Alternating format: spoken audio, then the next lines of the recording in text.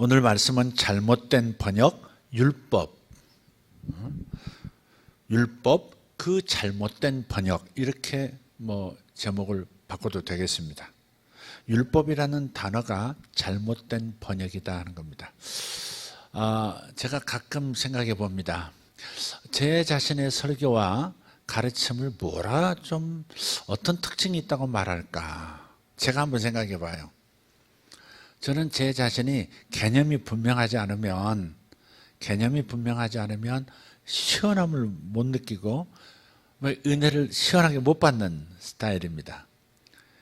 그래서 머리에서 좀 이렇게 뭐가 이렇게 샤워링이 돼야 마음까지도 은혜에 젖는, 남자의 특징들이 되게 좀 그렇습니다만은 사실 우리 모두가 그렇습니다. 그러다 보니까 제가 뭔가 이렇게 잘못 이해되어지고 잘못 규정되어졌던 것들을 다시 하나님의 말씀과 올바른 그 이해로 다시 재조립하는 거, 이런 설교를 많이 하게 돼요. 믿음의 클리닉이라고 할까요? 지식의 클리닉이라고 할까요? 신학의 클리닉이라고 할까요? 뭐라 할지 모르지만 뭔가 좀 다시 좀 바로잡는, 제대로 알기를 소망하는 그런 갈망이 제 메시지에는 있다. 저는 제가 그렇게 설교하고 있는 것 같다는 느낌을 자주 갖습니다. 여러분은 어떻게 느끼시든 제가 그렇게 느껴요. 오늘 주제도 사실 그렇습니다. 사람들이 방언을 받는다고 자꾸 표현을 하더라고요. 방언을 받는다. 그래서 기도할 때 주여 제게 방언을 주세요. 제게 방언을 주세요. 제게 성령을 주세요. 이렇게 기도하더라고요. 근데 저도 처음에 그렇게 기도했던 것 같아요. 그렇게 기도했을 겁니다. 그런데 하나님께서 깨우쳐 주시고 하나님의 계시의 지식으로 내가 어떻게 기도하고 있는가를 제대로 보게 되었을 때, 내 신학이 조금 잘못됐구나. 물론 그것은 내가 스스로 만들어냈다기보다는 그때 당시에 리더들로부터 내가 가르침 받은 대로 내가 했기 때문에 그때 당시에 가지고 있는 신학적 개념들이었습니다. 그런데 하나님께서 제게 무언가를 보여주시고 깨닫게 하신 다음부터는 생각이 달라졌어요. 이해의 폭이 좀 달라졌다 이 말이에요. 뭐냐면 방언이 뭘까? 하늘 언어라, 하늘나라의 언어라, 그렇게 표현하죠. 영의 언어라 표현하는데, 영의 언어를 내가 기도할 때 받는 것일까? 예수 믿고 회개해서 거듭난 다음에 이제 성령 세례 받을 때 방언을 또 따로 받는 걸까? 그건 아니더라 이 말이에요. 방언 따로 예수 따로가 아니더라고요. 예수가 다 모든 답입니다. 예수가 모든 답입니다. 그러니까 예수가 내 안에 계시면 방언도 내 안에 와 있는 겁니다. 그러니까 예수님께서 내 입으로 나타나시는 것이 방언이고 예언이고, 예수께서 내 눈으로 나타나 주시면 그게 환상이고, 예수께서 내 귀로 나타나 주시면 그게 음성을 듣는 것이고, 예수께서 내 손을 통해서 나타나시면 그게 신유의 역사고 병고침의 역사고 기적의 역사더라고요. 그러니까 예수님이 모든 것이지 예수님 따로 방언 따로 예수님 따로 다른 은사 따로가 아니다 이 말이죠. 개념을 그래서 신학적 개념이 틀렸다는 겁니다. 그게 그렇게 하니까 자꾸 받아내려고 노력을 하게 되고 하나님께 잘 보여야 된다고 선서 몸부림하게 되는 겁니다. 그래서 방언을 달라고, 방언이 입에서 안 나오면 내가 뭐가 잘못됐는가 하고서 또 막 다시 회개하기 시작하고, 뭔가 내가 몸부림하고 노력함으로써 방언이라고 하는 은사를 끌어내리는 것처럼 그렇게 기도를 하더라 이 말이죠. 어쩌다 벼락도 맞아요. 어쩌다 벼락도 맞아. 그러나 전기를 언제든지 스위치 올려서 쓰듯이 이미 와 있다고 생각하면 그냥 내가 끌어다 쓰면 되는, 스위치 올려서 쓰면 되는 거예요. 그래서 그 다음부터는 제가 제 신학이 다 달라졌어요. 예수님이 계시면 모든 것을 다 받은 것이다. 말로만이 아니라 실제로 그렇습니다. 그래서 방언을 내 안에 이미 와 있는, 예수께서 내 안에 들어오실 때 방언도 가져오셨는데, 하늘의 언어도 가져오셨는데, 딱 내게 맞는, 내게 적절한 언어를 가져오셨는데, 이걸 어떻게 내 안에 있는 것을 끌어낼까, 어떻게 끌어내서 사용할까, 어떻게 활성화할까, 그게 이제 숙제. 그러면 매우 쉬워요. 예. 달라고 방언을 내려달라고, 주여 방언을 내려달라고 자꾸 끌어당기려고 하는, 이미 와 있는 것을 없는 것처럼 또 달라고 하는 이 형태가 얼마나 하나님 보실 때 어리석냐 이거죠. 내 안에 이미 와 있는데, 내가 한 번도 안 해봤을 뿐 방언은 이미 내 안에 와 있는 거예요. 모든 은사가 내 안에 와 있는 거예요. 이걸 어떻게 끄집어내는 방법을 알면 되는 것이었죠. 자, 얘기가 조금 다른 데로 흘렀습니다만은, 다시 잘못된 번역, 율법, 혹은 율법 그 잘못된 번역, 이렇게 제목으로 말씀 나눠볼게요. 많은 사람들이 하나님께서 이스라엘 백성들에게 시내산에서 주신 계명, 즉 모세오경, 그 다음에 그 모세오경을 중심으로 계속해서 펼쳐지는 수많은 또 다른 선지서들, 역사서들, 이 모든 구약 전체를 율법으로 오해하고 있다는 겁니다. 자, 왜 율법이라고 하는 것을 오해라고 말하느냐? 구약에서 율법으로 번역된 본래 히브리어는 토라입니다. 여러분 이미 아시죠? 토라. 토라가 모세오경이에요. 그런데 히브리어를 모국어로 사용하는 정통 유대인들은 토라는 율법이라는 의미가 아니고 가르침 또는 지시사항이다, 이렇게 말합니다. 그러니까 우리들은 모세오경을 혹은 구약 전체를, 모세오경을 설명하고 살아내는 이야기인 그 구약의 모든 이야기를 율법이라고 말하지만 유대인들은 그렇게 말하지 않는다 이 말이에요. 그러니까 유대인이 참 중요한 거예요. 유대인이 참 중요한 거예요. 이방인은 본래 하나님 경험이 없고 성경이 없었던 사람들이라 자기식으로 이해할 때가 많아요. 그래서 우리는 유대인들의 도움이 필요한 거예요.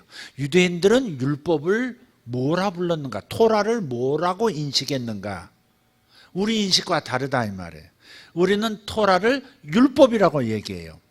그러나 그들은 율법이라고 말하지 않고 토라를 가르침 혹은 지시사항 이렇게 이야기한다 이 말이죠. 이해한다 이 말이에요. 한마디로 말해서 율법은 잘못된 번역입니다. 이것은 저만의 주장이 아니고요. 대한성서공회에서 발행한 목회자와 신학생들을 위한 해설 관주 성경 전서에 보면 시편 1편 1절 2절을 이렇게 해설합니다. 율법은 율법의 준엄함을 떠올리게 하는 그런 좁은 뜻으로 쓰인 것이 아니다. 성경에서 말하는 율법은 본디 하나님이 자기 백성의 삶에 도움이 되도록 친절하게 베푸신 가르침을 가리킨다. 정확한 신학자들의 해설입니다. 율법, 이 토라는 율법 그러면 어떻게 돼요? 율법의 준엄함, 법의 준엄함, 법전의 묵직함을 떠올리게 하는 그런 느낌을 줘요. 그런데 성경에서 말하는 율법, 즉 유대인이 말하는 토라는 하나님께서 자기 백성의 삶에 도움이 되도록 친절하게 가르쳐 주신 가르침이요 안내서 혹은 설명의 글이다 하는 겁니다. 인식이 전혀 달라요. 가만히 생각해 보세요. 가르침이라는 단어하고 법이라는 단어는 완전히 다른 단어입니다. 법을 주시는 하나님이 아니라 가르침을 주시는 하나님이라고 생각하면 그분과 우리의 관계가 완전히 다르게 느껴질 겁니다. 가르침을 주시는 하나님, 법을 주시는 하나님, 느낌이 달라요.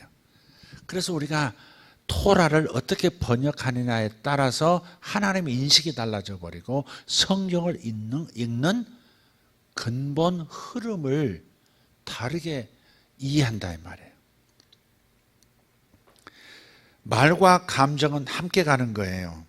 예를 들어서 자녀들을 바라보면서 아빠가 가르쳐준 대로 살면 딱이야, 성공해 라고 할 때는 절로 자애로운 표정이 떠올라요. 그죠? 아빠가 가르쳐준 대로 살아. 자애로운 사랑의 아빠의 모습이 떠올라요. 그런데 내가 세운 법대로 살아라 할 때는 아주 딱딱하게 굳은 얼굴이 떠오릅니다. 우리가 이미 알고 있듯이 창조주 하나님은 이제 우리에게 아빠가 됐어요. 아빠, 아버지세요. 그런데 내가 세운 법대로 살아라 할 때는 아빠라는 단어가 어울리지 않습니다. 아빠라기보다는 법관 느낌이 훨씬 강합니다. 법관이신 하나님. 어때요? 아빠이신 하나님, 법관이신 하나님. 로마서 8장 15절을 볼까요? 읽습니다. 너희는 다시 무서워하는 종의 영을 받지 아니하고 양자의 영을 받았으므로 우리가 아빠 아버지라고 부르짖느니라.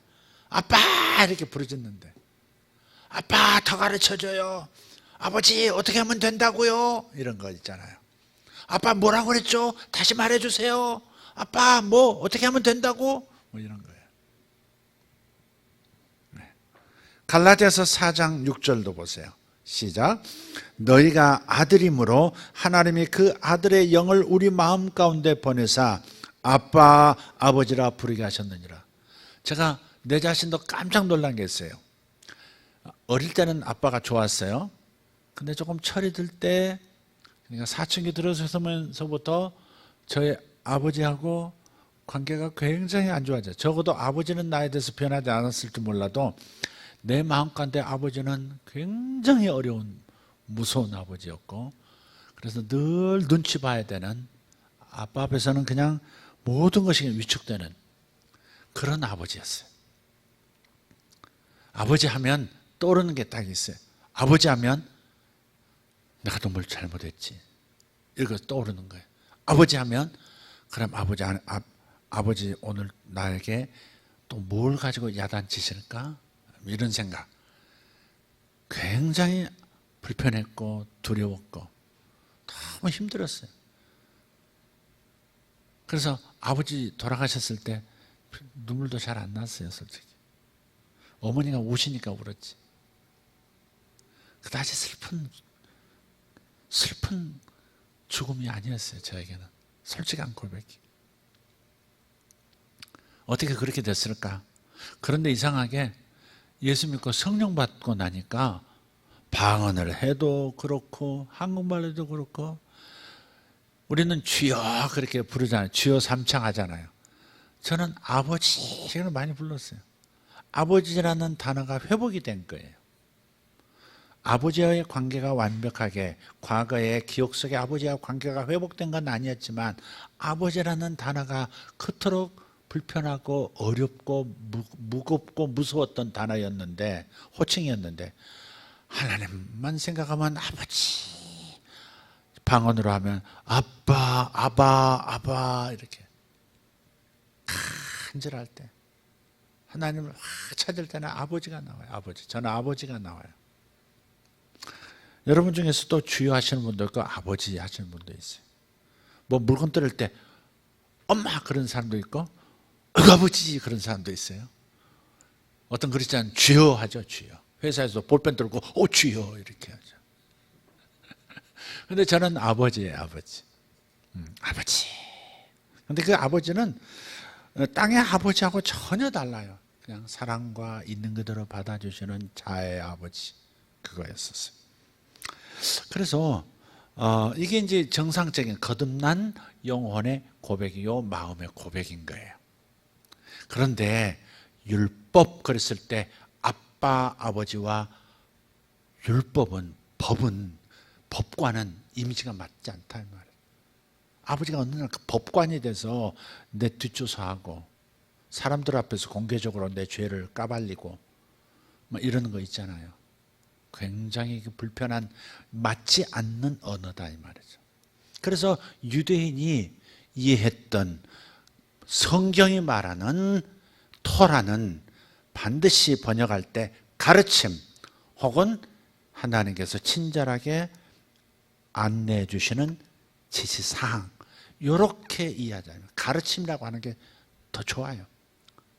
한번 예를 들어 이런 거예요. 잠언 5장을 한번 보시면 잠언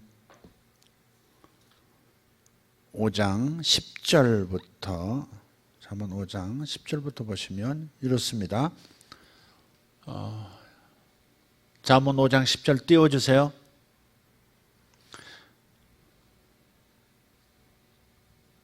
자, 읽겠습니다. 12절까지. 내 아들아 들으라, 내 말을 받으라. 그리하면 내 생명의 해가 길리라. 같이 읽어요. 다시.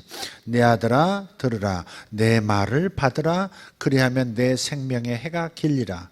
내가 지혜로운 길을 내게 가르쳤으며 정직한 길로 너를 인도하였은즉 다닐 때에 내 걸음이 곤고하지 아니하겠고 달려갈 때 실족하지 아니하리라.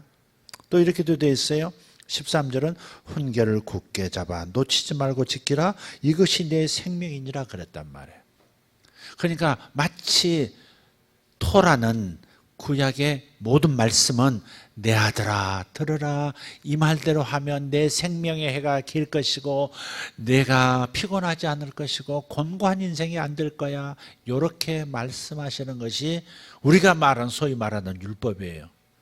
근데 율법이라고 번역을 해 놓으면 법전이 돼버리고 딱딱한 아버지, 무서운 아버지, 심각한 법관 아버지가 돼버리는 거예요.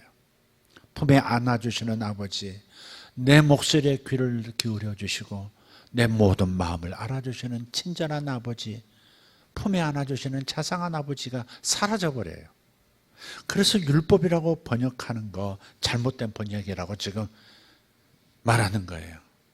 이거 누가 감히 율법을 감히 건드리려 하는가, 누가 그럴지 모르겠지만 대한성서공회 목회자와 신학생을 위한 해설관주 성경 전설을 보라고요.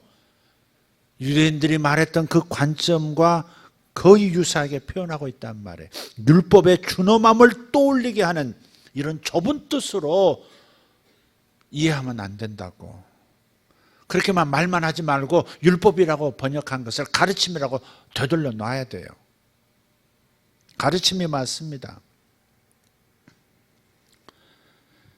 시편 1편 1, 2절을 보시면 좀 생략한 부분이 있는데 한번 읽어보죠. 복 있는 사람은 오직 여호와의 율법을 즐거워하여 그의 율법을 주야로 묵상하는도다. 여기도 율법으로 번역했지만 지금 시편 기자는 이 말씀을, 율법을 즐거워하고 있다는 거예요. 근데 법이라고 하는 것은 즐거운 것이 아니죠. 법이 즐거워요? 여러분 하다못해 여러분이 운전면허증 딸 때 시험 보죠. 그 재밌습니까? 즐겁습니까? 자동차 면허 시험 해가지고 쫙 나오는 거 봤어요. 기어를 넣을 때는 이렇게 놓고 중앙선을 뭐 뒤로 할 때 그게 즐겁습니까?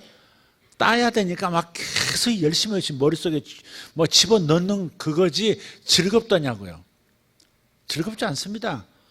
어떤 서울대 교수신데, 법대 교수신데 제가 한 20년, 30년 전에 내가 들었어요. 지금도 서울대 법대 교수로 계시는데 그분이 이런 말 하더라고요. 법을 공부하다 보니까, 법전을 공부하다 보니까 마치 칼날 위를 걷는 것 같아. 살짝만 스쳐도 팔이 그냥 확 베어버리는 그런 칼날 위를 걷는 것 같은 느낌으로 법을 공부한대요. 그럼 자연스럽게 그렇게 된대요. 그러니까 율법, 그것도 종교적 느낌을, 법에다가 종교적 느낌을 주는 율법이라고 했을 때는 굉장히 그냥 딱딱한 수준을 넘어서는 거예요. 즐거움을 주는 게 아니에요. 법과 즐거움, 이건 어울리지 않습니다. 그래서 우리가 그동안 어울리지 않은 표현을 당연하게 받아들임으로써 결국 하나님을 오해한 거고 하나님의 말씀을 오해한 거예요. 경직된 하나님의 명령으로 받아들인 거예요. 그래서 방금 읽었던 시편 1편 1, 2절을 다시 한번 번역해서 읽어보도록 하겠습니다. 율법을 가르침으로 바꿔서 읽으면 이렇게 됩니다. 여호와의 가르침을 즐거워하여 그 가르침을 주야로 묵상하는 사람은 복 있는 사람이로다. 훨씬 낫지 않습니까? 여호와의 가르침을 즐거워하여 여호와의 안내하시는, 여호와의 도와주시는 그 말씀을 즐거워하여 주야로 그 말씀을 소리내어 하가 말하는도다. 이런 사람이 복 있는 사람이라는 겁니다. 지금 시편 기자는 하나님의 자상하신 사랑의 가르침에 지금 즐겁게 반응을 하고 있는 겁니다. 그래서 여호수아서 1장 8절도 마찬가지, 다르게 번역해서 읽어야 즐거운 말씀, 아주 고마운 말씀으로 우리에게 다가오는 거예요. 기존의 번역은 이겁니다. 율법책을 입에서 떠나지 말게 하라. 그게 이제 기존 번역인데, 이 부담스러운 법전을 입에서 떠나지 않게 하는 것은 누구나가 부담스러운 명령이 되는 겁니다. 하지만 여호와의 가르침의 책을 입에서 떠나지 말게 하라고 이렇게 되면 느낌이 달라집니다. 자유롭고 사랑스러운 마음이 느껴지는 표현이 되는 거예요. 내 아들아, 내 가르침을 멀리하지 말아라. 내가 이 가르침대로만 살면 내가 생명이 이 땅에서 길고 반드시 형통할 것이란다. 내 아들아. 이게 소위 말한 토라, 모세 오경 전체가 이런 식으로, 이런 마음으로, 이런 느낌으로 우리에게 주신 가르침이라 이 말이에요. 그래서 우리가 이제 다르게 읽기 시작해야 돼요. 여러분, 이 성경에서 율법 나오면 가르침으로 바꿔서 읽어도 무난해요. 그게 오히려 더 정확한 번역이니까. 가르침이 맞습니다. 도라, 가르침입니다. 그렇기 때문에 신명기 6장 4절에서 9절을 쉐마라 그러거든. 쉐마, 들으라. 쉐마는 들어라. 그러면 쉐마 이스라엘, 그러면 이제 들으라 이스라엘아 하면서 이스라엘이 반드시 그 이스라엘 사람들이 보면 이렇게 띠로 해가지고 여기에 상자를 이마에 이렇게 달아요. 또 오른 손목에 혹은 왼쪽에다도 감아서 손목에 이렇게 상자 하나를 딱 메고 있어요. 그 뚜껑을 열어보면 거기에 두루마리 형태로 하나님의 말씀이 이렇게 말려 있는데, 세 군데서 말씀을 골랐는데 핵심은 뭐냐면 신명기 6장 4절에서 9절, 여기 핵심 구절이 그 안에 쓰여 있어요. 쉐마 이스라엘, 들어라 이스라엘아 하면서 핵심은 뭐냐면, 이 쉐마는, 들으라는 우리를 얽매이는, 얽어매는 법이 아니라 하나님의 사랑의 가르침이라는 겁니다. 예수님께서 바리새인들에게 하신 말씀이 있어요. 요한복음 5장 39절인데요. 한번 읽어보겠습니다. 너희가 성경에서 영생을 얻는 줄 생각하고 성경을 연구하거니와 이 성경이 곧 내게 대하여 증언하는 것이니라. 예수님 당시에 성경은, 신약 성경이 있었어요? 없었어요? 없었어요. 예수님께서 돌아가신 다음 약 40년이 거의 지나간 다음부터 성경이 쓰여지기 시작했죠. 신약 성경이. 신약 성경은 없고 구약 성경을 예수님께서는 성경이라고 얘기하시는 거예요. 이 구약 성경이 곧 내게 대하여 증언하는 것이니라 그랬어요. 그러니까 구약 성경 전체가 예수님에 대해서 증언하는 것이라면 구약은 법전이 아니라 오히려 가스펠, 복음서라고 할 수 있습니다. 복음서는 뭐예요? 예수님의 사랑의 가르침을 모아놓은 책이기 때문에 결국 구약을 율법이라고 표현하는 것은 맞지가 않다 이 말이에요. 율법이라는 단어 대신에 토라라는 단어를 그대로 사용해 보면 어떨까 싶어요. 율법을 가르침이라고 하는 것이 쑥스럽다든지 뭐 그러면 토라라고 해도 괜찮다. 여호와의 토라에서 말씀하기를, 여호와의 가르침에서 말씀하시기를 이렇게 한다 이 말. 율법이라는 그 뉘앙스, 그 느낌, 그 무거움, 그 법관 느낌, 법관 앞에 서 있는 오돌오돌 떠는 어떤 존재들처럼 느껴지지 않도록 할 필요가 있다. 물론 이것을 안다면 율법 이렇게 말해도 그 문직한 문제는 아니지만 의도적으로 바꿔서 읽어볼 필요도 있겠다 하는 겁니다. 이 설교는 우리 목사님들이 많이 좀 듣고 계시기 때문에 목사님들이 판단하실 거예요. 맞다라고 그러실 겁니다. 본인들은 이미 아실 거예요. 그래서 토라는 모세 오경을 뜻하는 고유 명사지만 그것을 율법이 아닌 사랑의 가르침의 말씀으로 인식한다면 구약에 대한 인식이 달라질 것이고 하나님에 대한 인식 큰 변화가 있을 겁니다. 예수님 당시에 이스라엘 사람들이 토라와 구약 전체를 법으로 읽지 않고 본래 의미대로 사랑의 지시사항 혹은 친절하게 베푸신 가르침이라고 읽었다면 간음하다 현장에서 붙잡힌 여인을 곧바로 돌로 때려 죽이려는 행동부터 하지는 않았을 것이다 하는 겁니다. 법이라고 하기 때문에 법을 어겼어 죽어야지 이렇게 들어가는 거예요. 그래서 사랑의, 우리를 도우시려는 사랑의 가르침이라고. 여러분, 그러니까 구약을 이렇게 이해해도 돼요. 하나님께서 우리의 행복을 위해서, 우리의 형통을 위해서 선한 인생을 살게 하기 위해서 주신 인생 사용 설명서, 성공 사용 설명서, 물질 사용 설명서, 이렇게 인생 사용 설명서 이렇게 이해하면 훨씬 본뜻에 가깝고 성경을 곡해하지 않고 극단적으로 해석하지 않고 오히려 복음적으로 이해할 수 있는, 접근할 수 있는 그런 길이 열릴 것이다. 그렇게 믿습니다. 우리는 살면서요, 죄하고 형벌은 같이 간다는 것을 경험해요. 죄와 형벌은 일치합니다. 죄와 형벌은 하나입니다. 죄 따로 형벌 따로가 아니더라고요. 절대 아닙니다. 그래서 우리는 비신자나 타락한 신자들까지도 그들의 죄를 비난하지 않습니다. 물론 죄는 죄입니다. 그러나 우리는 비난하지 않는 까닭은 뭐냐면 자신이 저지른 행동 때문에, 죄된 행동 때문에 이미 충분한 벌을 그가 받고 있습니다. 그래서 비난하지 않습니다. 예수님께서도 간음 현장에서 붙잡힌 여인에게 나도 너를 정죄하지 아니하노니 라고 말씀하셨죠. 정죄할 이유가 없으신 겁니다. 그 여인은 자신의 죄로 이미 망한 인생이 되어버렸어요. 간음하다 잡혔잖아요. 동네 사람이 다르게 됐잖아요. 도시가 다르게 됐어요. 그 여인 어떻게 살란 말입니까? 간음하다 잡힌 여인이에요. 남자는 어디로 톡인 겁니까 도대체? 어쨌든 이 여인은 이제 어떻게 살라는 말입니까? 여인 스스로 홀로 살아남기가 어려운 고대 시대에서 이 여인이 간음한 여인으로 드러났으니 거기다가 또 더 정죄하고 거기다가 돌로 쳐서 죽이기까지 할 필요가 있느냐는 겁니다. 죄 안에 이미 형벌이 진행되고 있는 거예요. 구약을 잘못 읽으면 이렇게 잘못 반응하고 잘못 행동하게 되어 있습니다. 예수님은 그것을 붙잡으신 거예요. 되돌려 놓으신 거예요.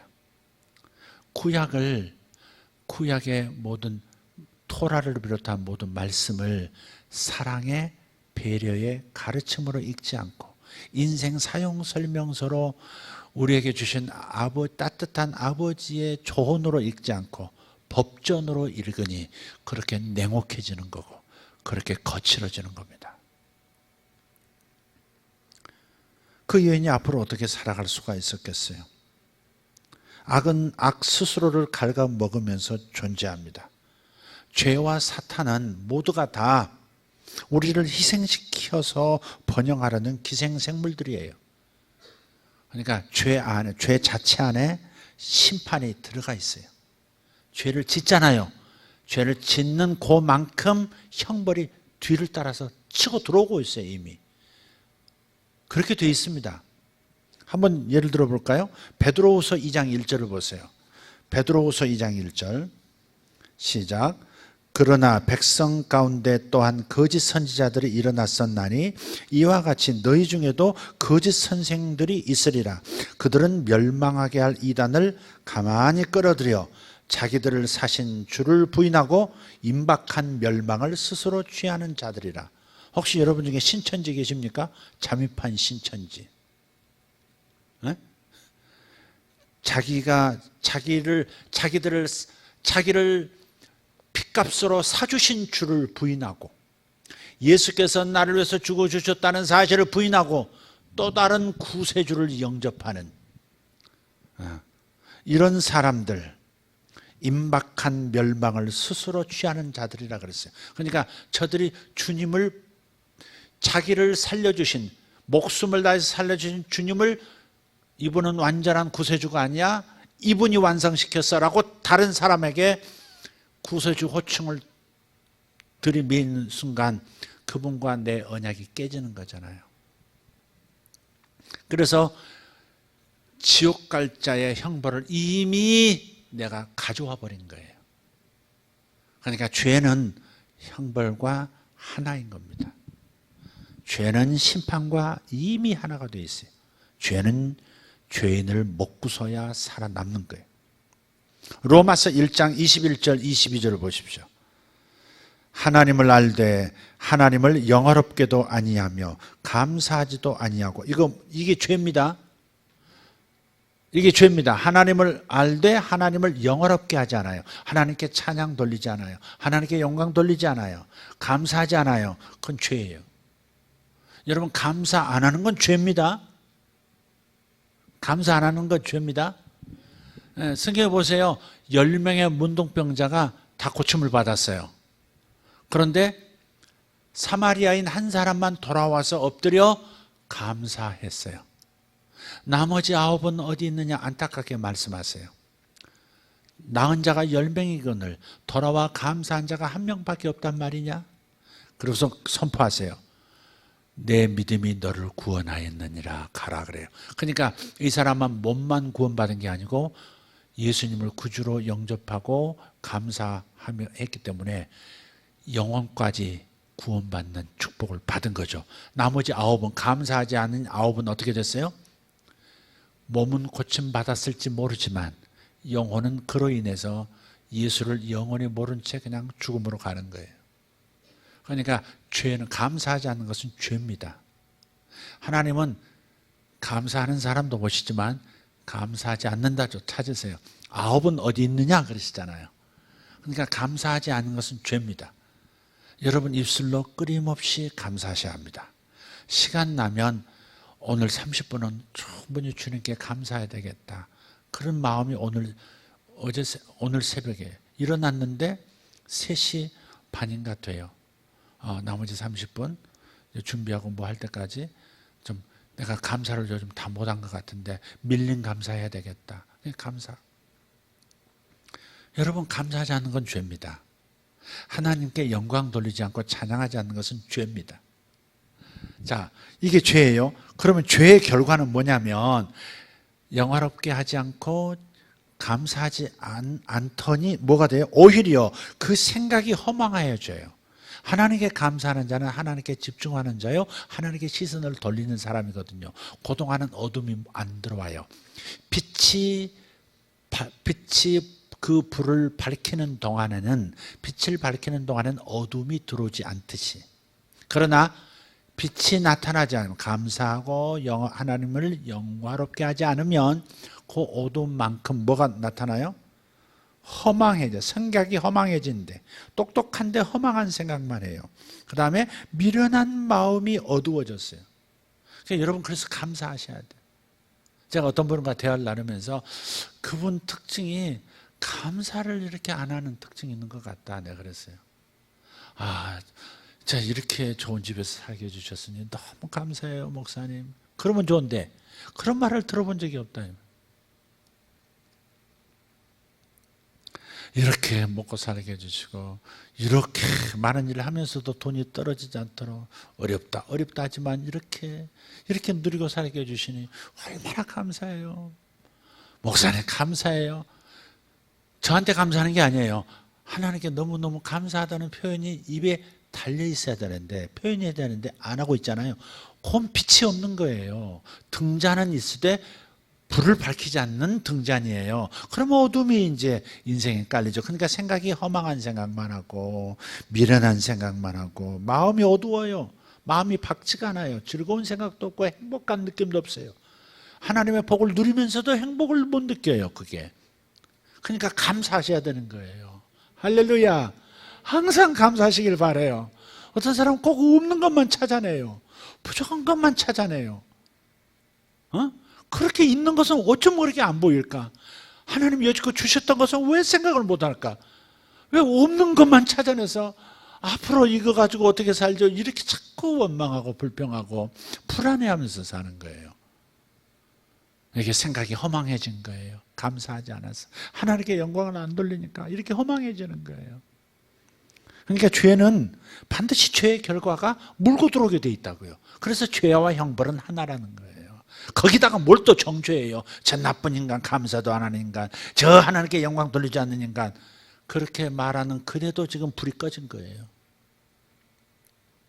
감사했더라면, 이 사람도 감사했더라면 그 죄에 동참하지 않을 텐데 하는 거죠. 또 뭐라 그래요? 자, 스스로 지혜 있다 하나, 이건 죄예요. 스스로 나는 지혜로운 존재야. 내가 얼마나 똑똑한 줄 알아. 자기 자랑에 빠져 있어요. 그럼 이 죄는, 죄의 결과는 뭐예요? 어리석게 되어버린대요. 진짜 중요한 걸 놓쳐버리고 진짜 중요한 깨달음도 깨닫지 못하게 되고 하나님을 찾지도 않게 되고 하나님의 도움도 못 받게 되고 하나님의 인정도 못 받게 되고 이렇게 되어버리는 거예요. 그래서 죄와 죄의 결과는 같이 물고 들어간다.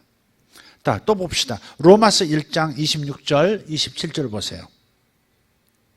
같이 읽습니다.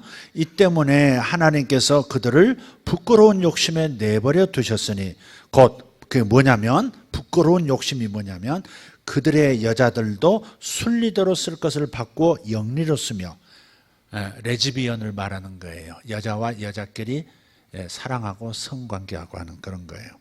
또 그와 같이 남자들도 순리대로 여자 쓰기를 버리고 서로 향하여, 남자를 향하여 남자가 음욕이 불릴 듯하며 남자가 남자와 더불어 부끄러운 일을 행하여, 그 다음 읽어보세요. 크게.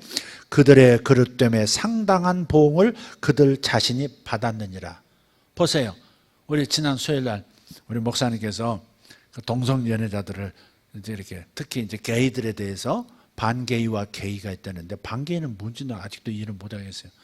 본인은 반게이와 게이를 구분한다는데, 걷는 모습, 히프의 각도, 걸을 때 각도만 봐도 게이인지 반게이인지 안다. 이해가 잘 안 가는데, 필리핀 갔을 때도 저 사람 게이입니다. 저 사람 게이 된 지 얼마 안 됐습니다. 딱딱 찍더라고요. 난 봐도 그게 그거 같은데, 어떤 사람은 아주 그냥 화장하고 남자가 그냥 털도 시커먼데 그냥 막 귀걸이 이렇게 하고 막 크게 하고 막 치마 입고 막 미니스커트 입고 막 이러고 말이지. 이런 사람은 개인 줄 알아요. 근데 그 외에는 멀쩡한 똑같이 입었는데 이렇게 잘 모르겠어요. 근데 목사님 잘 아시더라고요. 근데 그 자체가 뭐예요? 게이가 됐든 레즈비언이 됐든 그 자체로 이미 형벌이 들어간 거예요. 망한 인생이 되어버렸잖아요. 정상적인 결혼이 돼요. 정상적인 자식을 낳을 수 있어요. 사람들의 시선에서 자유로울 수 있어요. 커밍아웃? 그게 뭐예요? 얼마나 불행한 인생이 되어버렸어요. 그리고 소위 남자들이 남자들과 더불어 그 부끄러운 일을 행할 때 그 발생하는 전염되는 뭐예요? 그 에이즈. 그들이 상당한 보응을 받았느니라 그러잖아요. 그들의 그릇됨, 그들의 죄에 이미 상당한 보응을 그들 자신이 받았느니라. 그러니까 게이 더러운 인간들 그래서도 또 안 돼요, 여러분. 그러면 안 돼요. 사랑으로 하나님의 예수님을 믿고 회개하고 남자로 돌아오세요. 여자로 돌아오세요. 이렇게 얘기해야지. 그러니까 안 돼. 그러면 됩니까? 안 됩니까? 안 돼요. 왜냐하면 그게 간음하다 잡힌 여인에게 정죄하는 것과 똑같은 거예요. 왜냐하면 이미 스스로 정죄받고 이미 망한 인생으로 지금 들어가 버렸잖아요. 거기다가 우리 신자 입장에서는 십자가의 눈으로 보면서 그도 구원받을 수 있고 그도 변화될 수 있다는 시각 안에서 대하고 말을 해야지. 물론 우리 감정은 있어요. 아우 나도 이상해요. 이상은 해. 우리 목사님하고 똑같아. 그래서 주여, 주여 소리 나고 그 하는 분들 보면 좀 더 그런 분들이 막 TV 나와서 막 이렇게 뭐 하는 거 보면 그 프로 전체 통으로 좋아하는 사람이 그 끼어서 또 통으로 돌리게 되더라고. 안 보게 되더라고요. 느낌이 이상해서. 자, 그래서 그들의 그릇 때문에 상당한 보응을 그들 자신이 받았느니라. 자, 제가 지금 뭐에 대해서 말씀하고 있는 거예요? 죄는 형벌과 함께 간다.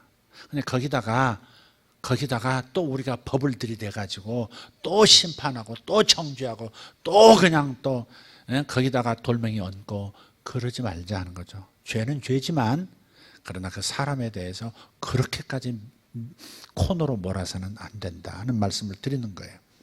자, 한 군데 더 읽겠습니다. 로마서 1장 28절에서 31절입니다. 읽겠습니다. 시작. 또한 그들이 마음에 하나님 두기를 싫어하며, 이게 죄예요. 하나님 두기를 싫어하는 이 한 가지 죄가 온갖 죄가 창궐하도록 만들어요. 아담이 하나님을 자기의 주인으로, 하나님만이 자기의 유일한 생명의 근원이요 축복의 근원으로 여기는 것을 포기하자마자 모든 죄가 아담 안에서, 아담 가문 안에서 일어나기 시작하고 온 인류 가운데 창궐하잖아요. 전염병이 퍼지듯이. 상상도 못한 없었던 병들이 막 생기기 시작하잖아요. 그런 것처럼 마음에 하나님 두기를 싫어하는 죄가 가장 큰 죄 중에 하나예요. 가장 큰 죄예요, 사실. 아담의 죄가 바로 그것이에요. 원죄가 바로 이겁니다. 마음에 하나님 두기를 싫어하며, 자신이 하나님 되든지 돈이 하나님이 되든지 뭐가 하나님이 되든지 하나님을 뒤로 하고 다른 걸 하나님 자리에 앉히는 거죠. 마음에 하나님 두기를 싫어하는 사람, 이런 사람에게는 어떤 일이 벌어져요? 죄의 결과들이 길어요. 한번 읽어보죠. 하나님께서 그들을 그 상실한 마음대로 내버려 두사 합당하지 못한 일을 하게 하셨으니 곧 모든 불의, 추악, 탐욕, 악의가 가득한 자요, 시기, 살인, 분쟁, 사기, 악독이 가득한 자요, 수군수군하는 자요, 비방하는 자요, 하나님께서 미워하시는 자요, 능욕하는 자요, 교만한 자요, 자랑하는 자요, 악을 도모하는 자요, 부모를 거역하는 자요, 우매한 자요, 배약하는 자요, 무정한 자요, 무죄한 자라. 이게 죄의 결과들이 하나님 마음에 하나님 두기를 싫어하는 이 죄로부터 곧바로 이 문제가들이 나타난다는 거예요. 어떤 사람은 추악한 면이 많이 나타나고, 어떤 사람은 독한 것이 나타나고, 어떤 사람은 이 음란한 게 많이 나타나고, 어떤 사람은 무정함, 정말 잔인한 무정한 사람, 이런 것들이 나타나요. 계속해서 한 사람에 대해서 말하는 걸 보면요, 무정한 사람이에요. 자비가 없는 사람이에요. 그래요, 안 그래요? 남편에 대해서 계속 남편을 그냥 소위 우리식으로 말하는 그냥 남편을 그냥 막 입안에 넣고 오물오물 그냥 꽉꽉 그냥 그거요. 그냥 무자비한 거죠. 잔인한 거예요. 그게 정말 정이 없는 무정한 거예요. 무정한 거. 어떤 사람은 며느리를 계속 입만 열면 며느리 얘기. 어떤 사람은 입만 열면 시어머니 얘기. 어떤 사람은 입만 열면 사돈 얘기.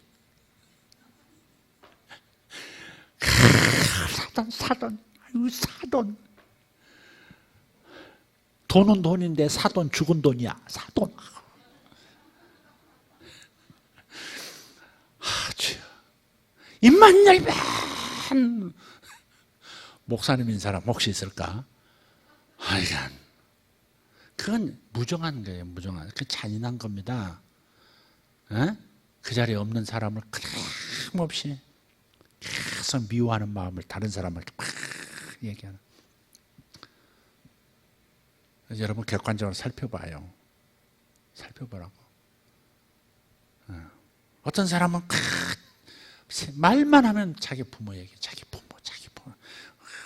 미워하는 원통한 얘기들 있잖아요. 부모에 대해서 원통한 얘기. 그래서 마음에 하나님 두기를 싫어하는 그 죄의 벌로 지금 그 벌을 받는 거예요. 지금 이게 무정한 벌을, 마음이 정말 무정한 그 굳어버린 상태로 가는 벌을 받고 있는 거예요. 이게 하나님을 마음에 두기 싫어하는 죄는요 적지가 않습니다. 모든 죄들이 창궐한다니까. 그래서 마음에서 하나님을 제거하지 않기를 예수 이름으로 축복합니다. 문제가 많아서 넘어지는 것이 아니라 하나님에게서 시선을 떼기 때문에 넘어지는 거예요. 아마존의 깊은 정글, 길도 없어요. 그 길을 보여주는 지도도 없어요. 그래서 반드시 그 정글을 통과할 때는 안내자가 필요해요. 인도자가 필요해요. 인도자가 곧 길이 되는 겁니다. 인도자가 길이에요. 인도자가 지도예요. 다른 거 필요 없어요. 지도 필요 없어요. 길 살필 필요 없어요. 인도자만 따라가면 돼요. 그래서 빛이신 우리 주 예수님에게서 시선을 떼면 그 사이의 공간만큼 어둠이 들어오는 겁니다. 그게 방금 읽었던 구절들이에요. 형벌이 곧바로 따라 들어온다는 말이에요. 마음에 하나님 두기를 싫어하는 죄는 모든 죄들을 환영하는 태도가 되는 겁니다. 자, 이제 좀 오늘 길을 다시 한번 처음으로 돌아와서 정리하고 마치겠습니다. 우리가 구약을 무겁고 엄한 법전처럼 알았기 때문에 가늠하다 붙잡힌 여인을 곧바로 죽이려고 했던 예수님 당시의 바리새인들 얘기로 다시 돌아가면서 정리하겠습니다. 만약 그 사람들이, 그 바리새인들이, 지도자들이 토라를 하나님께서 사람을 돕기 위해서 친절하게 베푸신 가르침이라고 받아들였다면 이미 망하기 시작한 그 여인을 기어이 심판해서 죽이겠노라고 하는 분노는 일어나지 않았을 겁니다. 주님처럼 망해버린 그녀의 인생을 불쌍히 여겨서 정죄하지 않고 우리도 정죄하지 않습니다. 그러니 다시는 죄를 짓지 마세요. 행복하세요. 그렇게 말했을 거예요. 자, 그래서 우리가 토라를 어떻게 번역하느냐가 구약에 대한 인식과 하나님에 대한 인식이 달라지는 것이고, 그리고 우리가 어떻게 사람을 대하고 어떻게 살아갈 것인가에 대한 방향이 잡히게 돼 있다 하는 겁니다. 그래서 이제 우리는 성경 읽을 때 율법이라고 읽어도 가르침 이렇게 바꿔서 생각해 주시기를 바라요. 아멘. 하나님께서 주신 지시사항, 나의 인생 성공을 위한 지시사항, 이렇게 읽으면서 율법이라는 단어를 읽으시면, 그러면 점점 여러분 개념이 바뀌고 마음도 바뀌고 따라서 여러분의 행동 방식이나 태도도 달라지는 축복이 있을 줄 믿습니다. 할렐루야. 오늘 말씀들 꼭 기억하셔서, 특별히 오늘은 조금 예화가 예를 들어서 죄와 죄의 결과가 함께 간다라고 하는 부분을 말하면서 성경 구절 몇 구절을 읽었는데, 여러분 다시 묵상하셔서 여기에 여러분이 해당하는 것이 있으면 여기에 해당하는 거 비방하고 수군수군하고 추악하고 악의가 가득하고 시기하고 분쟁하고 이런 것이 있으면 여러분 마음에서 하나님을 밀어낸 만큼 들어온 거예요. 곧바로. 그게 형벌이에요. 그게 형벌이에요. 마음에 하나님 두기를 싫어하니까 곧바로 미련해지고 생각이 허망해지고 마음이 어두워지고 감정이 어두워진 거예요. 여러분 그것을 여러분의 마음 상태를 보시면서, 그러면서 아, 내가 하나님을 지금 밀어내고 있구나, 하나님을 지금 밀어내고 있구나를 얼만큼 밀어냈는지를 얼른 눈치채시고 빨리 하나님을 환영해서 하나님께 영광 돌리시고 감사 많이 하시기를 바라고, 아멘. 그렇게 하시기를 바라요. 그러면 여러분의 영혼은 잘 되는 것입니다. 기도하십시다. 하나님 고맙습니다. 오늘도 하나님의 말씀을 통해서 우리의 생각이 바로잡아지도록 하나님 도와주셔서 감사합니다. 율법이라고 하는 이 번역이 결국은 우리의 삶의 방향까지, 태도까지 다 다르게 만들어버렸다는 이 근원적인 이 이야기, 우리 잘 깊이 깨우쳐 이해하기를 바라고, 그리고 우리가 성경을 읽을 때에 이제는 하나님의 가르침, 친절하게 베풀어 주신 지시사항이라고 읽을 수 있도록, 내 아들아 들어라, 내 딸아 들어라 라고 말씀하시는 자상하신 아버지 하나님, 아빠 아버지의 권면으로 들을 수 있도록 도와주시옵소서. 그리하여 나도 그렇게 사람들을 대할 수 있도록 주님 은총을 베풀어 주시옵소서. 감사합니다. 감사합니다. 예수님 이름으로 기도합니다. 우리 다 같이 일어나셔서 주님 앞에 기도하다 돌아가겠습니다. 주님 감사합니다. 주님 감사합니다. 감사하지 않은 죄를 회개합시다. 감사하지 않은 죄에 회개합시다. 마음에서 하나님을 자꾸 밀어내는 그 죄를, 하나님을 자꾸 밀어내는 죄를 회개합시다.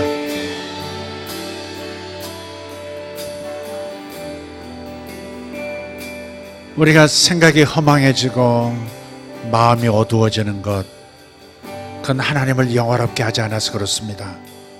좋은 것을 먹으면서 하나님께 영광을 돌리지 않아서 그렇습니다. 좋은 옷 입으면서, 비싼 옷 입으면서, 새 옷 입으면서 하나님께 감사하지 않아서 그렇습니다.